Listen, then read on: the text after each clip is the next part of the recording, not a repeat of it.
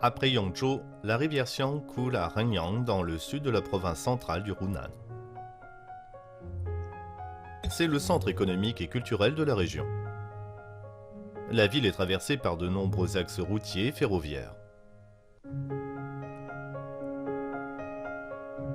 La portion de la rivière Xiang à Renyang est impressionnante. Elle s'étend sur 226 km, soit 40% de la longueur totale du cours d'eau.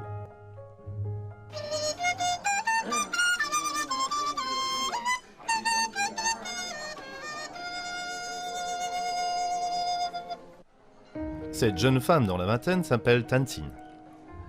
Elle a grandi non loin de ces rives. Aujourd'hui, elle fait une création au bord de l'eau. Non pas avec un pinceau, mais avec un couteau. Voici la stèle de Yu le Grand. Les inscriptions se divisent en 9 lignes et 77 caractères. Ça ressemble à des têtards.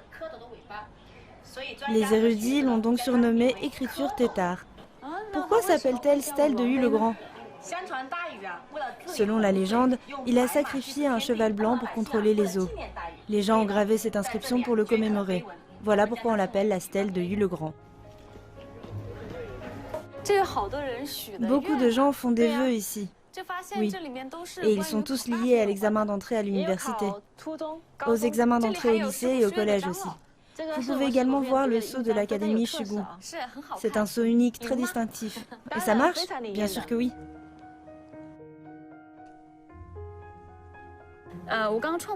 J'ai réalisé que les inscriptions ne ressemblent pas à celles d'un texte officiel. Il n'y a pas d'angle net dans la forme des caractères. C'est aussi mystérieux qu'un ancien texte maya. On dirait qu'ils ont été créés par des extraterrestres. C'est une possibilité. Mais je pense quand même qu'ils ont été écrits par des locaux pour commémorer Yu le Grand. C'est parce qu'ils sont très anciens que ces caractères semblent mystérieux.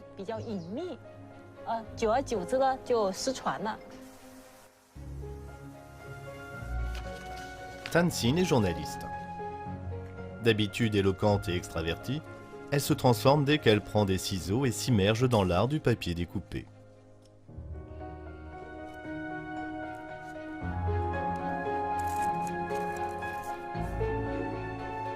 Tan Xin a été élevée par sa grand-mère qui, pour le nouvel an lunaire, décorait toujours les fenêtres avec du papier découpé.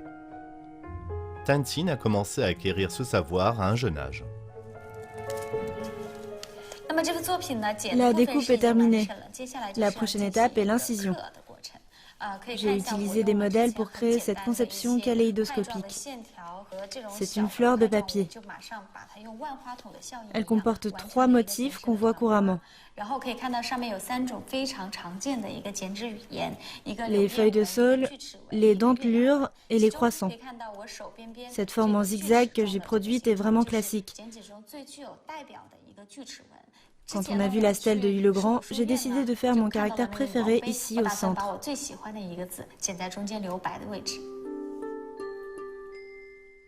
Le papier découpé chinois est un art populaire qui nécessite l'utilisation de ciseaux ou de couteaux pour créer des motifs époustouflants. Le 20 mai 2006, la Chine l'a inscrit sur la liste du patrimoine culturel immatériel national.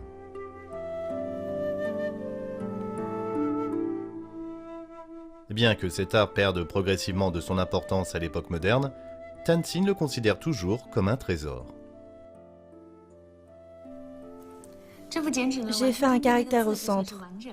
Donc cette œuvre est complète. Ce caractère est le 3e en partant de la gauche de la 5e ligne de la stèle du roi Yu. Personnellement, je trouve qu'il ressemble au caractère qui signifie papier. Sa forme est vraiment évocatrice. Il donne le sentiment de s'élever. La Chine, en inventant le papier, a créé une excellente toile pour poursuivre ses 5000 ans de culture. C'est surtout le cas pour nous, artistes du papier découpé. Cet art nous permet d'exprimer les choses que nous voyons et auxquelles nous pensons, sous une forme tangible. Niché au sud-est de Renyang, Leiyang est largement connu comme étant la mer de bambou d'Asie. C'est le pays natal de Cai Lun, le créateur du papier. On considère ce dernier comme l'une des 4 grandes inventions de la Chine ancienne. Aujourd'hui, Tan Xin rend visite à Liu Tingyang, artisan, pour s'essayer à la création d'un nouveau type de papier. Vous êtes élégamment habillé. À quoi travaillez-vous? Au défibrage de la matière première. Combien de temps cela prendra-t-il? Une journée entière. Quelle quantité de papier pouvez-vous faire avec ça? 1 millier de feuilles. Maître Liu, que faites-vous maintenant? Je mélange la pâte. Vous faites en sorte que la couleur soit uniforme. On dirait que c'est le tissage. Voilà à quoi ça ressemble.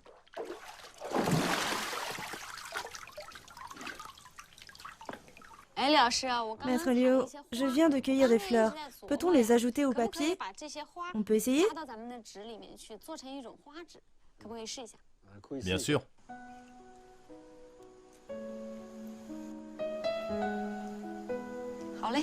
Bien, essayons.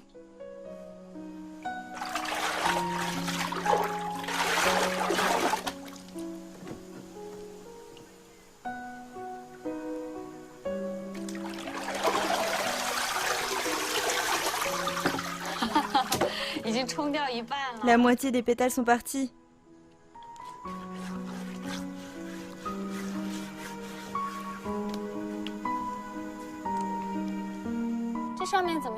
Pourquoi y a-t-il des aspérités à la surface? Parce que les pétales sont trop épais. Est-ce que ça restera ainsi après séchage? Oui. On doit continuer à travailler. L'invention du papier a déclenché une révolution mondiale dans la connaissance humaine.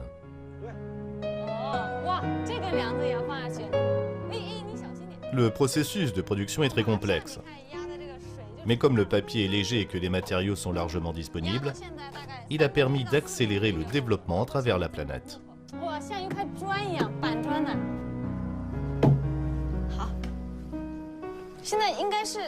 Maintenant, ça forme un bloc. Ce n'est plus du tout humide. Y a-t-il des techniques pour séparer les feuilles? Bien sûr. Il faut être patient et prudent. Tan Xin dit que son amour pour le papier découpé frise l'obsession. Elle saisit toute occasion d'en apprendre davantage à ce sujet et travaille avec des artistes renommés pour améliorer ses compétences. Ce soir, elle en a invité quelques-uns à évaluer son travail. Bonsoir, monsieur Xiao. Bonsoir, je t'en prie, assieds-toi. J'ai apporté une nouvelle création faite à la main. Un éventail en papier découpé. C'est le montage ou la coloration qui a été fait en premier? D'abord le découpage, puis la coloration et enfin le montage. La grue est synonyme de longévité, tout comme le pin et le cyprès.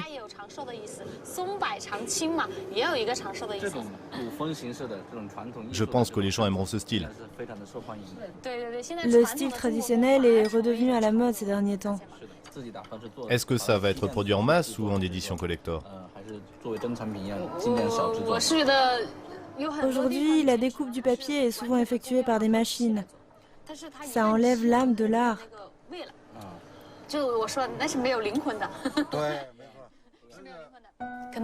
Je prévois de quitter Renyang bientôt et d'emménager à Shenzhen.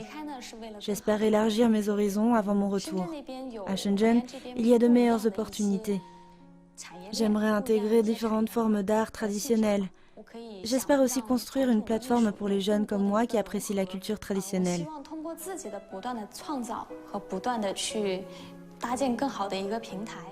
Le but serait qu'on travaille ensemble et qu'on apporte notre contribution.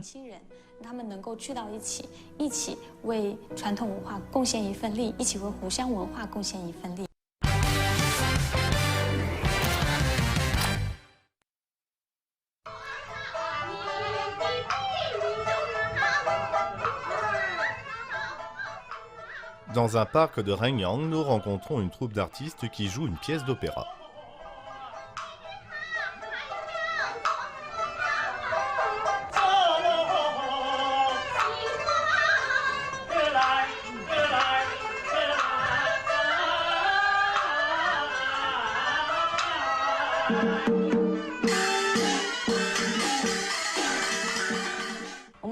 Rongyang est le berceau de l'opéra de tambour fleuri de Hangzhou, qui est l'un des 6 genres d'opéra de tambour fleuri du Hunan. Les spectacles proviennent de contes folkloriques sur la vie quotidienne. Tout le monde peut les comprendre et les apprécier. C'est pourquoi les gens les aiment.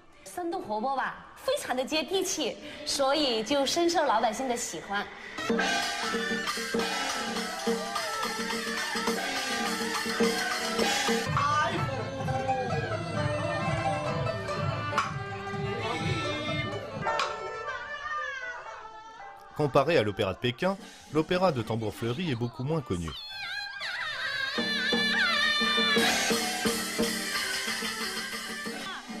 Mais de nombreuses régions de Chine ont leur propre opéra de tambour fleuri.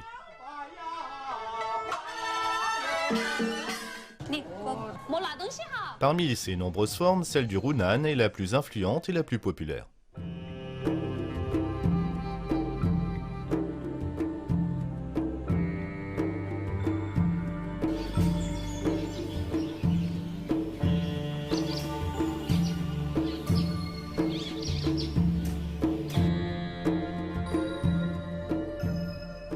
L'opéra de tambour fleuri de Rengyang a ses racines dans les champs de cueillette du thé.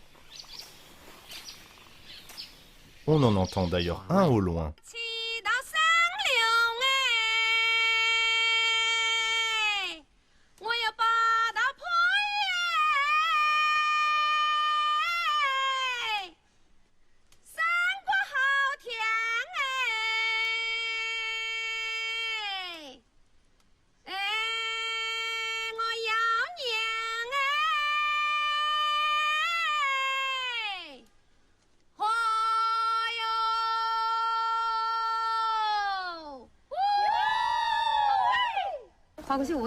J'adore l'opéra de tambour fleuri, mais je ne chante pas bien. Chante un air pour moi.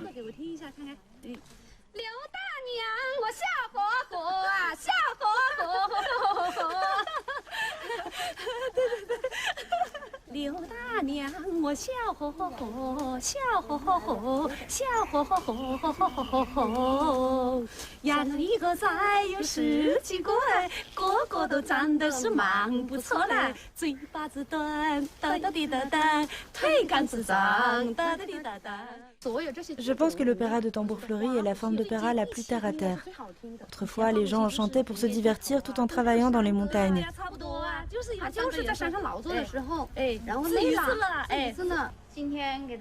J'utilise de l'eau de source afin de faire du thé pour tout le monde. Ce thé est spirituel. Il y a un adage qui date de la dynastie des Qin. Le nom de la montagne signifie mesure. Cela veut dire qu'elle peut mesurer le poids de la matière et aussi le bien ou le mal dans le cœur de quelqu'un. C'est un rappel pour tout le monde. Il faut rechercher l'équilibre et la modération dans nos vies.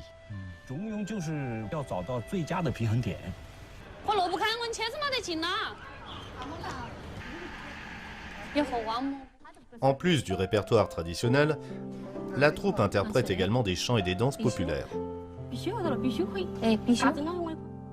Ses membres organisent des spectacles gratuits tous les week-ends, pour divertir et aussi pour éduquer.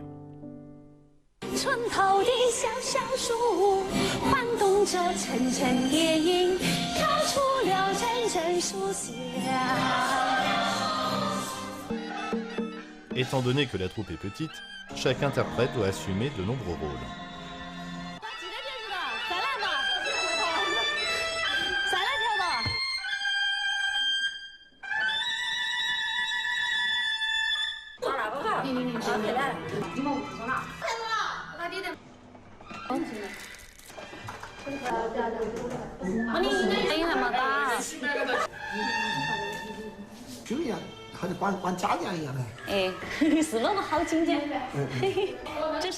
Voici mon maître Zheng Qiyang. Il est notre professeur d'art dans le district de Rengyang et une figure célèbre de l'opéra de tambour fleuri. L'opéra de tambour fleuri de Hangzhou comporte 3 catégories de personnages, les jeunes hommes, les jeunes femmes et les clowns.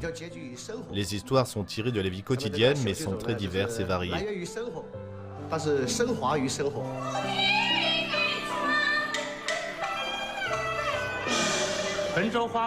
L'opéra de tambour fleuri de Rengzhou est né pendant la dynastie des Ming.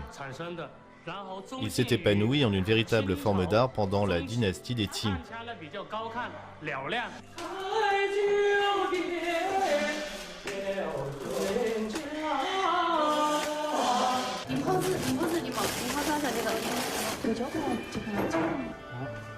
Je suis perfectionniste. Si j'entreprends quelque chose, je dois bien le faire.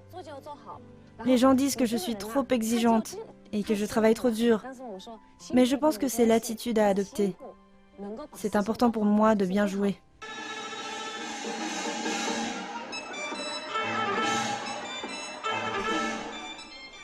À la tête de la troupe, Chen Yi n'a pas seulement à préparer son passage sur scène. Elle doit essentiellement diriger tout le spectacle.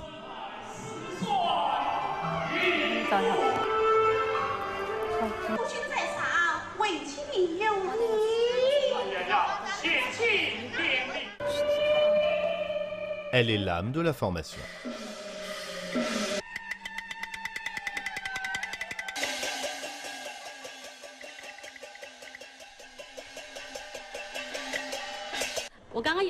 Ce que je viens de jouer était une scène de la célèbre pièce Tentative de meurtre dans un temple.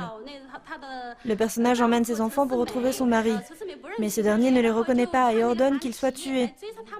Mais la personne envoyée pour les tuer est honnête et leur laisse la vie sauve.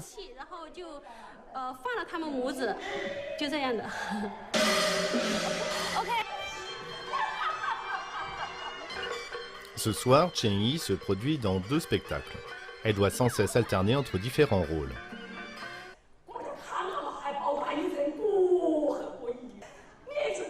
Peu importe la taille du public, chaque artiste se donne toujours à fond.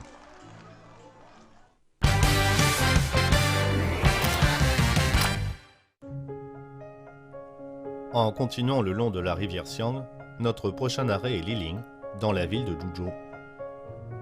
L'ancien site de production de porcelaine à Liling remonte à la dynastie des Song. Longeant le flanc de la montagne, le four en briques mesure 38,50 m de long et 2 à 3 mètres de large. Shen Bin est une artiste qui produit de la porcelaine émaillée multicolore typique de Liling.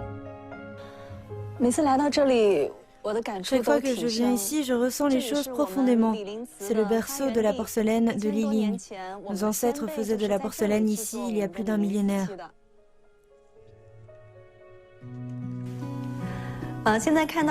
Cette pièce est l'œuvre de mon beau-père, Chen Yanglong. L'orchidée qu'il y a dessus est d'un bleu composite que mon père a fait lui-même. Nous avons chez nous une soixantaine de bleus composites. Dans les années 1970, mon beau-père a mené des recherches sur les gammes de couleurs pour la porcelaine de Liling. Il a développé une profonde compréhension de la couleur.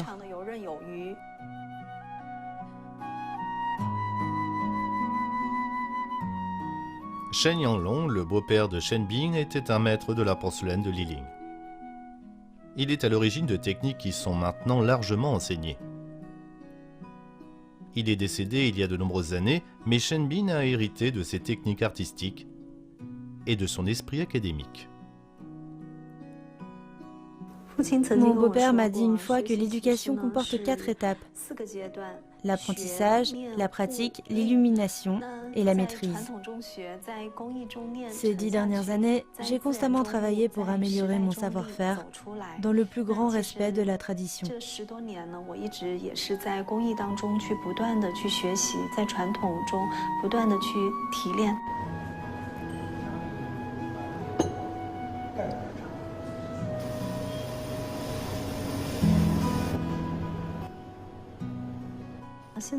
Maintenant, j'essaie de créer un art pur.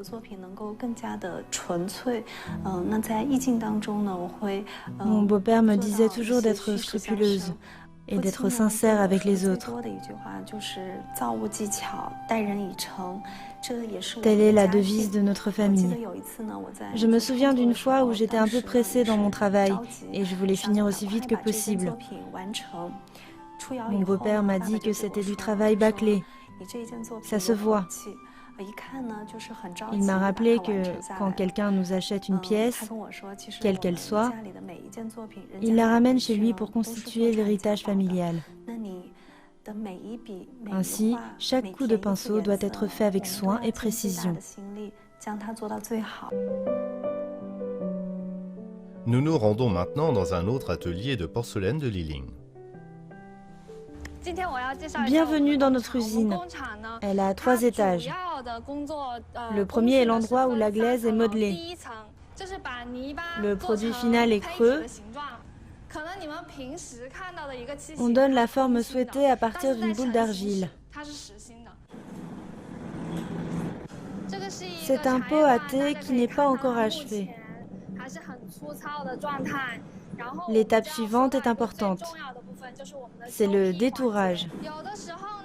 L'artisan peut légèrement ajuster la forme quand cela est nécessaire. Voici Maître Yin, qui est aussi mon cousin. Avec ses mains, il va donner une belle forme au pot à thé.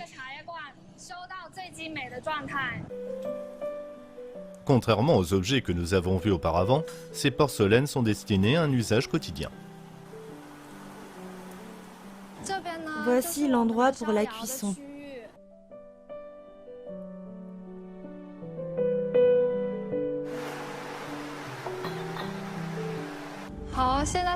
Êtes-vous curieux de savoir comment est créé un si délicat pot à thé? Voici l'étape la plus cruciale, la décoration. Si vous voulez bien me suivre. Le processus compte 2 étapes. La première consiste à faire les contours avec de l'encre. La ligne ne doit pas seulement être précise, elle doit aussi contenir l'eau à l'intérieur des limites. Sinon, durant l'application de la peinture, l'eau risquerait de couler.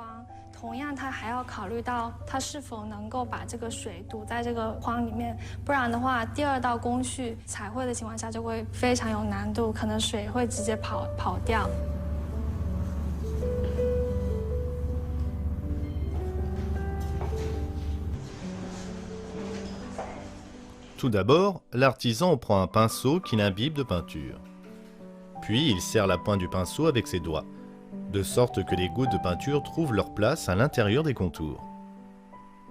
Ensuite, la pointe est utilisée pour absorber tout excès de peinture.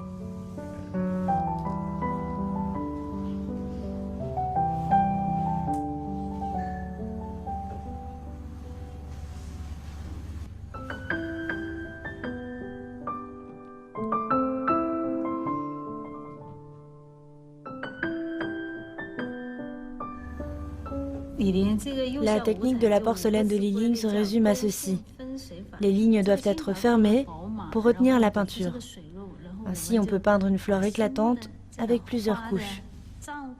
Quand j'applique la peinture, c'est comme si j'ajoutais une pellicule de couleur à l'argile. Les émaux composés de minéraux ne donnent pas l'effet de relief de couleur avant la cuisson. Lorsqu'il peint, l'artisan doit capturer la forme tridimensionnelle de la fleur. Ensuite, après la cuisson, tout le monde peut voir ce beau résultat.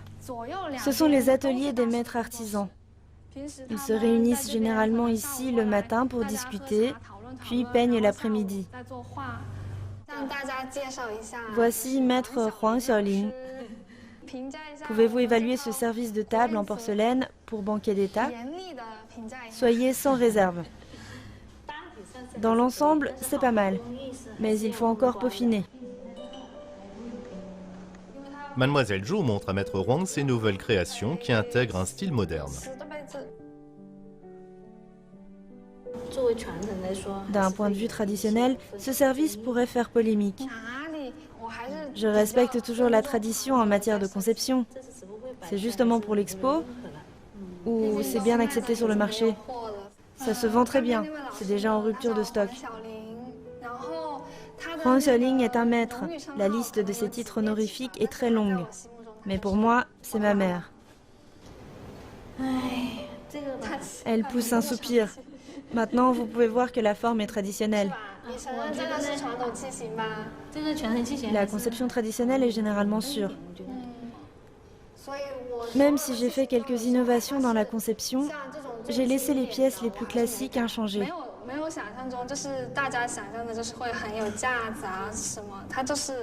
Ma mère est très humble. Vous ne sentez pas qu'elle est au-dessus de vous en tant qu'artisane à succès. Elle est comme toutes les mamans.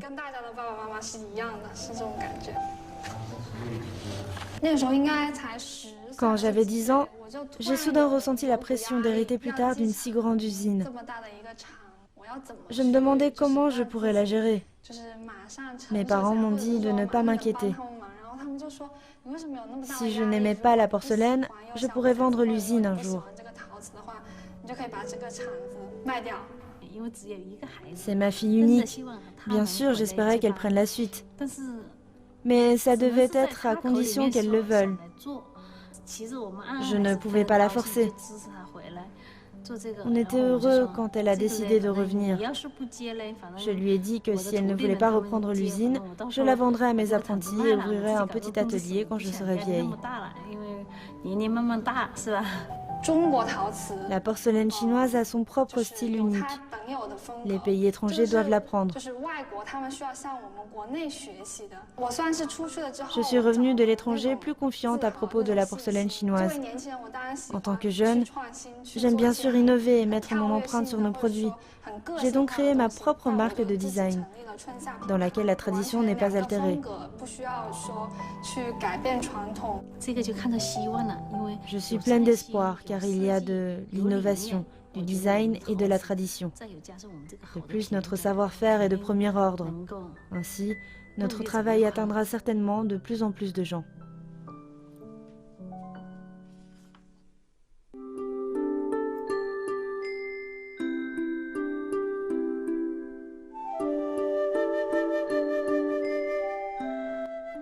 Dans le prochain épisode de Carnet de route, nous continuerons notre voyage le long de la rivière Xiang, à la rencontre de femmes exceptionnelles à Zhuzhou et Xiangtan.